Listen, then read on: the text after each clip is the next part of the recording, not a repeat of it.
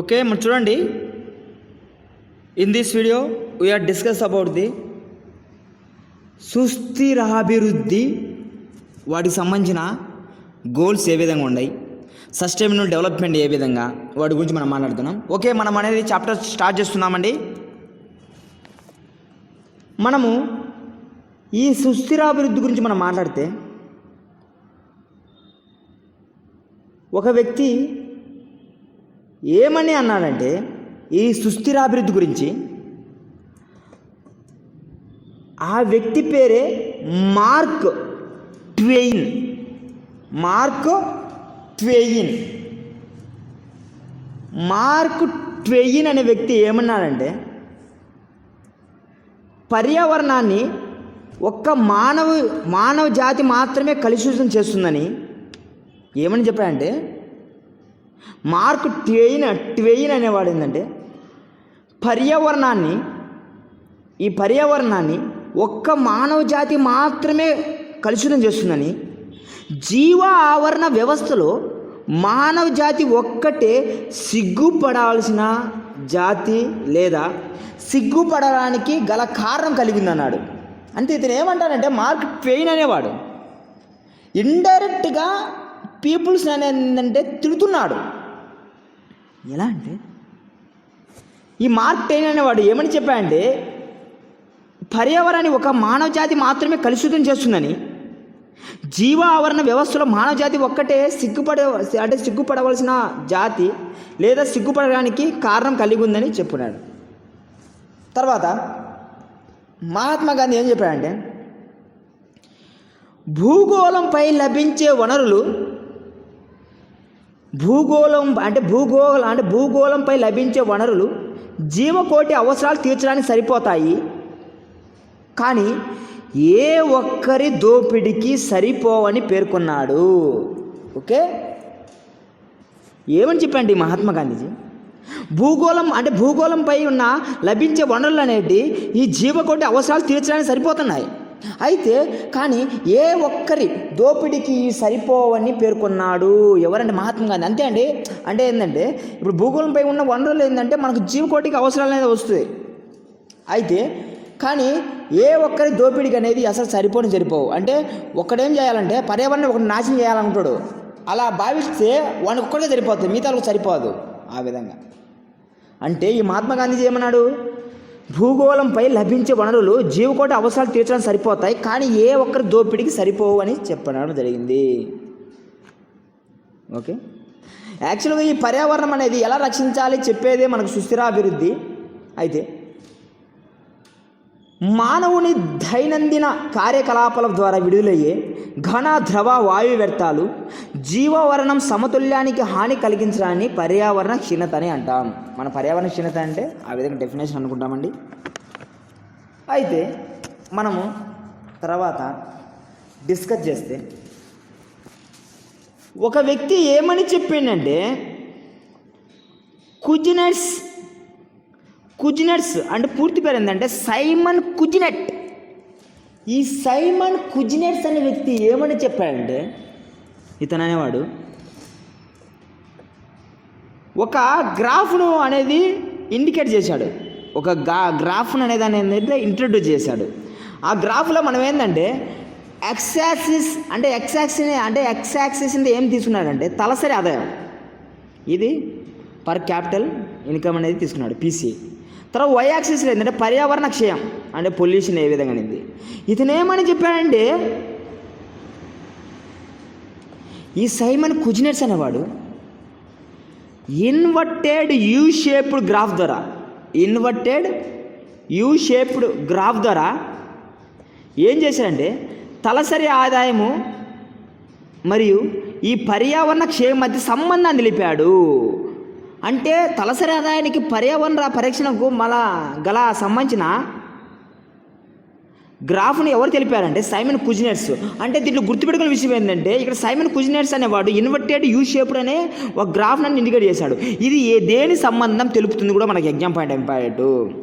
Okay, ఈ Simon కుజినెట్స్ ఏంది graph? Inverted you shaped graph. ఈ గ్రాఫ్లో ఈ తలసరి ఆదాయం పెరుగుదల మనకేంటంటే పర్యావరణ క్షయం మధ్య గల సంబంధాన్ని సూచించాడు. పర్యావరణ క్షయం మధ్య సంబంధాన్ని సూచించాడు. ఎవరంటే సైమన్ కుజినెట్స్ అనేవాడు. అయితే మనం ఇందులో గుర్తుపెట్టుకోవాల్సింది ఏంటంటే వీటి మధ్య సంబంధం తెలిపాడు. ఏ విధంగా సంబంధం అంటే ఈ తలసరి ఆదాయం పెరిగే కొద్దీ ఆటోమేటిక్గా పర్యావరణ క్రమశం కూడా పెరుగుతుంది అన్నాడు. ఎలా అంటే ఇప్పుడు చూడండి, ఒక వ్యక్తికి బాగా ఆదాయం పెరిగింటుంది, అతను కారు కొంటాడు, జీపు కొంటాడు, అన్నీ కొంటాడు, దానివల్ల ఏంది పొల్యూషన్ పెరుగుతుంది కదా. ఆ విధంగా గుర్తుపెట్టుకోరండి. తర్వాత మనం అనేది నెక్స్ట్ మనకు బ్రిట్లాండ్ కమిషన్ గురించి మనం మాట్లాడుకుంటే బ్రిట్లాండ్ లేదా బ్రట్లాండ్ కమిషన్. మనకు ఈ బ్రెట్లాండ్ కమిషన్ గురించి మనం మాట్లాడితే ఏంటంటే 1987 సంవత్సరం బ్రెట్లాండ్ కమిషన్ అనేది ఒక నివేదిక ఇచ్చింది. ఈ బ్రెట్లాండ్ అనేది ఒక కమిషన్ అనేది ఏంటంటే ఒక నివేదిక ఇవ్వడం జరిగింది. ఆ నివేదిక అనేది మనకు ఎప్పుడంటే 1987 అనేది ఒక నివేదిక అయినా ఏమని పేర్కొంటూ ఇచ్చిందంటే అవర్ కామన్ ఫ్యూచర్ అని ఇచ్చింది. అంటే ఏమని ఇచ్చింది? అసలు ఈ సుస్థిరాభివృద్ధి గురించి నిర్వచనం ఎవరు ఇచ్చారని మనం మాట్లాడుకుంటే 1987 సంవత్సరంలో బ్రెంట్ ల్యాండ్ కమిషన్ నివేదిక అయిన అవర్ కామన్ ఫ్యూచర్లో వర్తమానంలో అవసరాలను తీర్చుకుంటూ భవిష్యత్ తరాల అవసరాలు తీర్చుకోవడంలో రాజీ లేని అభివృద్ధిని ఏమని అందరంటే సుస్థిరాభివృద్ధి అని అంటారు. ఓకే, అంటే 1987లో ఈ బ్రెంట్లాండ్ కమిషన్ అనేది ఏం చేసిందంటే అవర్ కామన్ ఫ్యూచర్ అనే వాటిలో వర్తమాన అంశం అంటే వర్తమానంలో అవసరాలు తీర్చుకుంటూ అంటే ప్రజెంటు భవిష్యత్తులో తరాల అవసరాలు అంటే తీర్చుకోవడం రాజీ లేని అభివృద్ధిని అంటే మనకు ఉపయోగపడాలి, వచ్చే భవిష్యత్తు కూడా ఉపయోగపడాలి కదా, దాన్ని ఏమంటామంటే సుస్థిరాభివృద్ధి అంటారు. అయితే ఈ సుస్థిరాభివృద్ధి బ్రెట్లాండ్ కమిషన్ 1987 నివేదిక ఇచ్చినప్పుడు ఏమైనా పేర్కొనిందంటే అంటే మూడు కీలక పదాల గురించి చెప్పింది. ఏమేమంటే development, needs, future generation. Development, needs, future generation అనేది మనకనేది చెప్పింది. తర్వాత ఈ సుస్థిరాభివృద్ధిలో అంటే ఈ యొక్క సుస్థిరాభివృద్ధిలోని ప్రధాన అంశాలను ఒక ప్రముఖ పర్యావరణవేత్త అయిన ఎడ్వర్డ్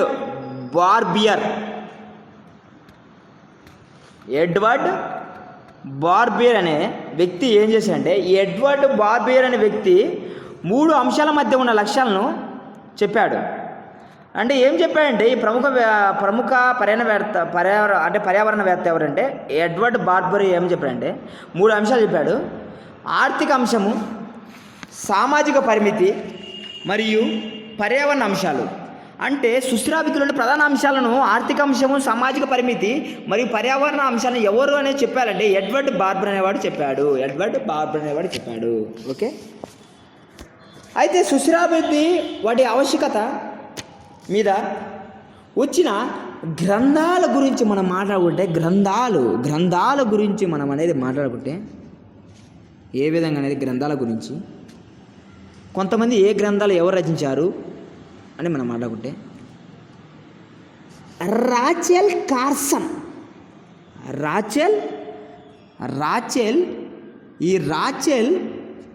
అనే వ్యక్తి సైలెంట్ స్ప్రింగ్. రాచెల్ కార్సన్ అనే వ్యక్తి ఏంటంటే సైలెంట్ స్ప్రింగ్. ఈ సైలెంట్ స్ప్రింగ్ అనే ఒక గ్రంథం రాశాడు. అంటే ఈ గ్రంథంలో ఏమని రాశాడంటే ఆర్థికాభివృద్ధి వలన పర్యావరణ విధ్వంసం ఎలా జరుగుతుందని. అంతే కదండి, ఆర్థికాభివృద్ధి పెరిగితే ఆటోమేటిక్ ఇప్పుడు చూడండి, ఇప్పుడు మన కరోనా వల్ల ఇప్పుడు ఏంటంటే ఆర్థికాభివృద్ధి తగ్గింది. ఎందుకు? పొల్యూషన్ తగ్గింది కాబట్టి. దాని ప్రకారంగా ఈ రాచెల్ కార్సన్ అనే వ్యక్తి రచించిన గ్రంథం ఏంటంటే సైలెంట్ స్ప్రింగ్. ఈ సైలెంట్ స్ప్రింగ్ ఏంటంటే మనకు ఆర్థికాభివృద్ధి వలన పర్యావరణ విధ్వంసం ఎలా జరుగుతుందో వివరణ ఇచ్చారు. తర్వాత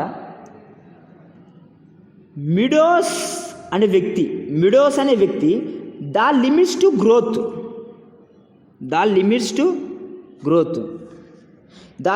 గ్రోత్ అనేది ఏంటంటే ఇతను అనేవాడు మిడోస్ అనేవాడు ఏంటంటే ద లిమిట్స్ గ్రోత్ అనే ఒక గ్రంథం రచించిండు.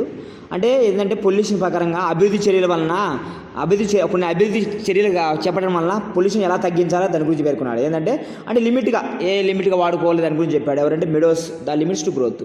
తర్వాత Kenneth Boulding the economics of the spaceship Earth. ఇది ఒక ఎస్సే రాశాడు.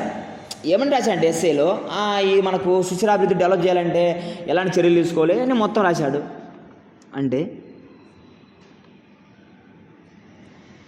కెన్నత్ బౌల్డింగ్ అనేది ఏం రాశాడు, ఏం ఎస్సే రాశాడు?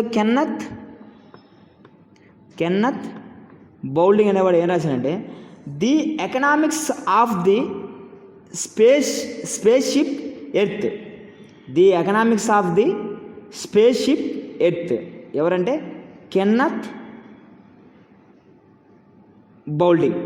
తర్వాత పాల్ ఎన్రిచ్ ఏం రాశాడంటే పాపులేషన్ బాంబ్ అని రాశాడు. అంటే వృద్ధి గల పరిమితుల గురించి రాశాడు. అంటే మనం డెవలప్ కావాలి వాటితో కాబట్టి పరిమితులు ఏందని దాని గురించి రాశాడు. ఓకే, అంటే మనకి ఏంటంటే అండి ఎందుకు రాశాడని మనకేమడగరు, జస్ట్ ఏ వ్యక్తి ఏ గ్రంథం అని.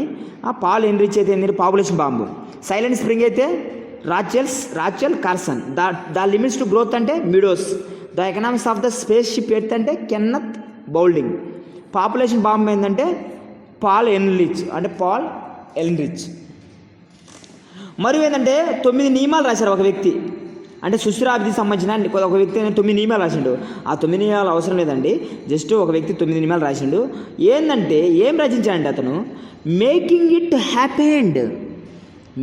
ఇట్ హ్యాపెండ్ అనేది ఒక రచన రాశాడు. ఆ రచనలో ఎవరు రాశారంటే రాల్ఫ్ రాక్వుడ్.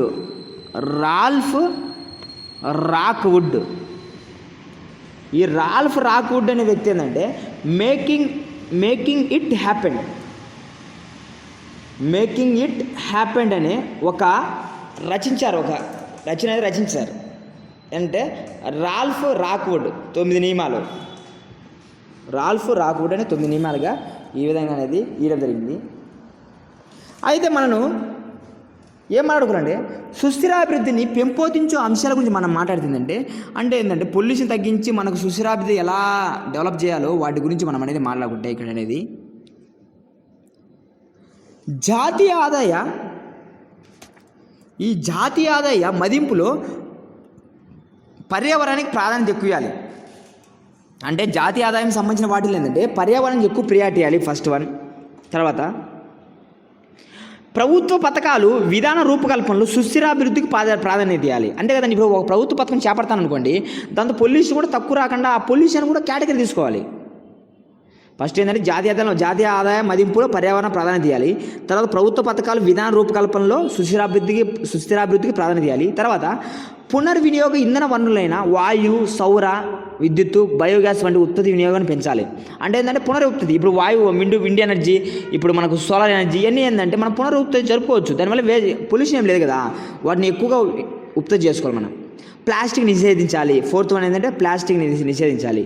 తర్వాత సస్టైనబుల్ డెవలప్మెంట్ విషయంలో అంతర్జాతీయ భాగస్వామిని పెంపొందించాలి.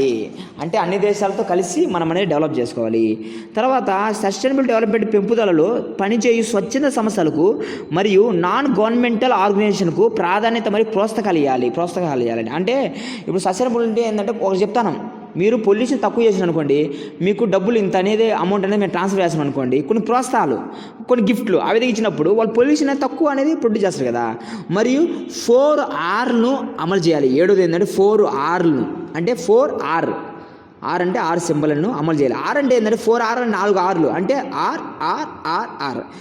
ఫస్ట్ R ఏంటంటే reuse, recycling, recover, reduce. Reuse, recycle, recover, reduce. తర్వాత సక్రమైన రీతిలో ఘనపు వ్యర్థాల నిర్వహణ జరగాలి. సక్రమైన రీతిలో ఏంటంటే ఘన వ్యర్థాల నిర్వహణ అనేది జరగాలి. సక్రమైన రీతిలో ఘన వ్యర్థాల నిర్వహణ అనేది జరగాలి. తర్వాత సేంద్రియ వ్యవసాయం, వాటర్ షెడ్ నిర్వహణ అంటే ఏంటంటే మనకు గ్రీన్ బిల్డింగు, గ్రీన్ ట్రాన్స్పోర్ట్ వంటి అంశాలను సమర్థవంతంగా అమలు చేయాలి. మరియు గ్లోబల్ వార్మింగ్కు కారణమగు గ్రీన్ హౌస్ గ్యాసెస్ నియంత్రించాలి. ఏవేవంటే CO2, CH4, O3, H2O, N2O, CFC and HFC. CFC అంటే క్లోరోఫ్లోరోకార్బన్స్, HFC అంటే హైడ్రోఫ్లోరోకార్బన్స్, N2O అంటే నైట్రస్ ఆక్సైడ్. ఈ విధంగా అనేది మనం మాట్లాడుకోవాల్సిన అవసరం ఉంది. అయితే మనం ఈ సస్టైనబుల్ డెవలప్మెంట్ కాన్సెప్ట్లో కొన్ని సమావేశాలు జరిగినాయి. ఆ సమావేశాలు అనేది మనకు ఒకసారి సమావేశం ఏ ఇయర్లో జరిగింది వాటి గురించి మాట్లాడుతాం. ఆ మాట్లాడిన తర్వాత ఏంటంటే తర్వాత మెయిన్ ఇంపార్టెన్స్ ఇయర్స్ గురించి మనం డిస్కస్ చేస్తూ వెళ్దాం. ఓకే. తర్వాత చూడండి, 1972 సంవత్సరంలో స్టాక్ హోమ్ సమావేశం జరిగింది. ఎప్పుడు? 1972లో. దీనిలో భాగంగా సుస్థిరాభివృద్ధి అన్ని మాట్లాడేది ఈ సుస్థిరాభివృద్ధిలో భాగంగా అండి. మనకి ఏంటంటే స్టాక్ హోమ్ అంటే United Nations conference on human environment. 1972లో ఏంటంటే ఈ స్టాక్ హోమ్లో జరిగింది United Nations conference on human environment. ఏదంటే 1972లో. 1972లో club of Rome limits to growth. Club of Rome అంటే లిమిట్స్ టు గ్రోత్ అనే ఒక నివేదిక ఇవ్వడం జరిగింది. ఎప్పుడంటే 1972లో. తర్వాత 1983లో మనకేం జరిగిందంటే world commission on environmental and development అంటే world commission on environmental and development జరిగింది. అయితే అధ్యక్షుడు అంటే దానికి బ్రంటలాండ్. తర్వాత 1987లో ఈ world commission environment and development అనేది నివేదిక సమర్పించింది. ఎప్పుడు? 1987లో. తర్వాత 1988లో ఏంటంటే IPCC ఫార్మేషన్ అంటే ఏర్పాటు. 1988లో ఏంటంటే 1988లో intergovernmental panel on climate change. Inter government panel on climate change ఏంటంటే IPCC. తర్వాత 1992లో UN conference on environment and development లేదా ఇదే వరల్డ్ ఎర్త్ సమ్మిట్ అంటే అజెండా 21 అంటాం. ఏం లేదండి, పలానా సమావేశం ఎప్పుడు జరిగిందని ఇయర్ కూడా అడుగుతారు. మనం ప్రతిదీ చెప్పలేము కదా, అందుకని అంటే ఫర్ సపోజ్ దీన్ని చెప్తాను చూడండి. వరల్డ్ ఎర్త్ సమ్మిట్ అనేది అజెండా 21 అని ఎప్పుడు జరిగింది? 1992లో. ఆ విధంగా. తర్వాత 1997లో క్యోటో ప్రోటోకాల్. తర్వాత 2000 సంవత్సరంలో United national millennium development goals MDG millennium development goals ఏంటంటే 2000 సంవత్సరంలో మిలీనియం డెవలప్మెంట్ గోల్స్. తర్వాత 2002లో world summit on sustainable development. World summit on sustainable development ఎప్పుడంటే 2002. తర్వాత 2007లో international conference on environmental education. International conference on environmental education ఎప్పుడు? 2007లో. తర్వాత 2012లో COP18 సదస్సు. 2015లో COP21 సదస్సు.